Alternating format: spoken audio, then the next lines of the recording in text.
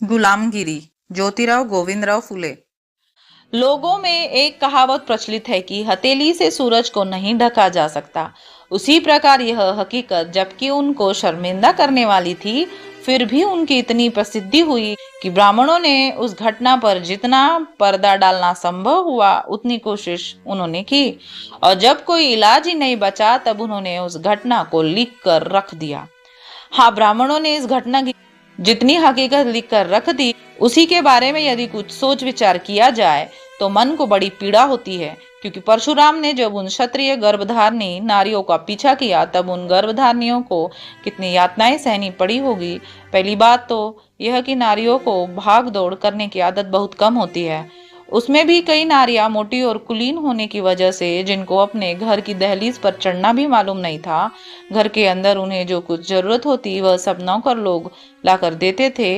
मतलब जिन्होंने बड़ी सहजता से अपने जीवन का पालन पोषण किया था, उन पर जब अपने पेट के गर्भ के बोझ को लेकर सूरज की लहलहाती धूप में टेढ़े मेढ़े रास्तों से भागने की मुसीबत आई, इसका मतलब है कि वे भयंकर आपत्ति के शिकार थी। उनको दौड़ भाग करने की आदत बिल्कुल ही नहीं होने की वजह से पाव टकराते थे, और कभी धड़ल्ले से चट्टान पर तो कभी पहाड़ की खाइयों में गिरती होगी। उससे कुछ नारियों के माथे पर, कुछ नारियों की कूहनी को, कुछ नारियों के घुटनों को और कुछ नारियों के पाव को ठेस खरोच लगकर खून की धाराएं बहती होगी। और परशुराम पीछे पीछे दौड़कर आ रहा है यह सुनकर और भी तेजी से भागने दौड़ने लगती होगी। रास्ते में भागते दौड़ते समय उनके नाजुक पाँव में कांटे कंकड़ चुभते होंगे। कटीले पेड़ पौधों से उनके बदन से कपड़े भी फट गए होंगे और उन्हें कांटे भी चुभे होंगे। उसकी वजह से उनके नाजुक बदन से लहू भी बहता होगा। लहलहाती धूप में भागते भागते उनके पाँव में छाले भी पड़ गए होंगे और कमल के डंठल के समान नाजुक नीलवर्ण कांति मुरझा गई होंगी। उनके मुंह से फेन बहता होगा, उनकी आंखों में आंसू भर आए होंगे। उनके मुंह को एक एक दिन, दो दो दिन पानी भी नहीं छुआ होगा, इसलिए बेहद थकान से पेट का गर्भ पेट में ही शोर मचाता होगा। उनको ऐसा लगता होगा कि यदि अब धरती फट जाए तो कितना अच्छा होता, मतलब उसमें वे अपने आप को झोंक देती और इस क्षण से मुक्त हो जाती। ऐसी स्थिति में उन्होंने आंखें फाड़ फाड़ कर भगवान की प्रार्थना निश्चित रूप से की होगी कि हे भगवान, तूने हम पर यह क्या जुल्म ढाए है। हम स्वयं बलहीन हैं, इसलिए हमको अबला कहा जाता है।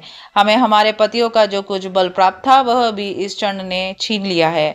यह सब मालूम होने पर भी तू बुजदिल होकर कायर की तरह हमारे कितने इम्तिहान ले रहा है। जिसने हमारे शोहर को मार डाला और हम अबलाओं पर हथियार उठाए हुए है, और इसी में जो अपना पुरुषार्थ समझता है। ऐसे चंड के अपराधों को देखकर तो समर्थ होने पर भी मुंह में उंगली दबाए पत्थर जैसा बहरा अंधा क्यों बन बैठा है।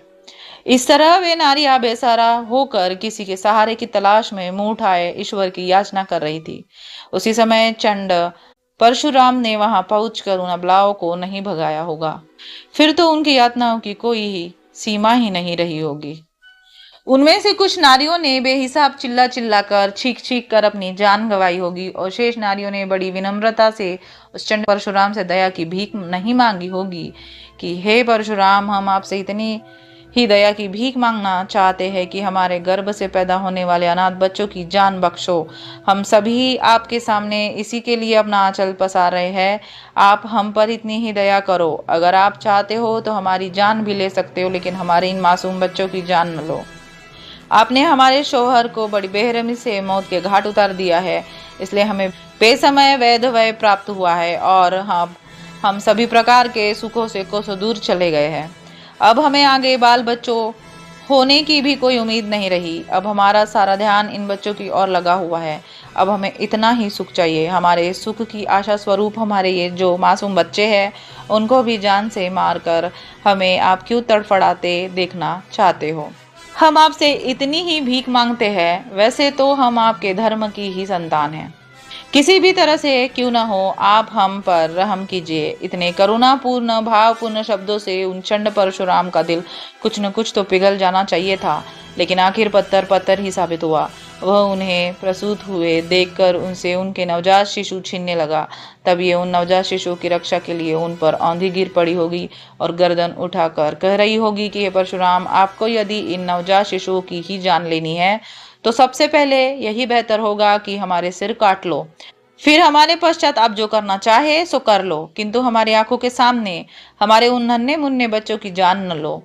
लेकिन कहते ना, कुत्ते की दुम टेढ़ी की टेढ़ी ही रहती है। उसने उनकी एक भी न सुनी। यह कितनी नीचता! उन नारियों को, गोद में खेल रहे उन नवजात शिशुओं को जबरदस्ती छीन लिया गया होगा। तब उन्हें जो यातनाएं हुई होंगी, जो मानसिक पीड़ाएं हुई होंगी, उस स्थिति की शब्दों में व्यक्त करने के लिए हमारे हाथ की कलम थरथराने लगती है। खैर, उस जल्लाद ने उन नवजात शिशुओं की जान उनकी माताओं की आंखों के सामने ली होगी। उस समय कुछ माताओं ने अपनी छाती को पीटना, बालों को नोचना और जमीन को कुरेदना शुरू कर दिया होगा। उन्होंने अपने ही हाथ से अपने मुंह में मिट्टी के ठेले ठूस ठूस कर अपनी जान भी गंवा दी होगी। कुछ माताएं पुत्र शोक में बेहोश होकर गिर पड़ी होगी, उनके होश आवाज भूल गए होंगे। कुछ माताएं पुत्र शोक के मारे पागल सी हो गई होगी। हाय मेरा बच्चा, हाय मेरा बच्चा करते करते दर दर, गाँव गाँव, जंगल जंगल भटकती होगी। लेकिन इस तरह सारी हकीकत हमें ब्राह्मण पुरोहितों सकेगी, यह उम्मीद लगाए रहना फिजूल की बातें हैं।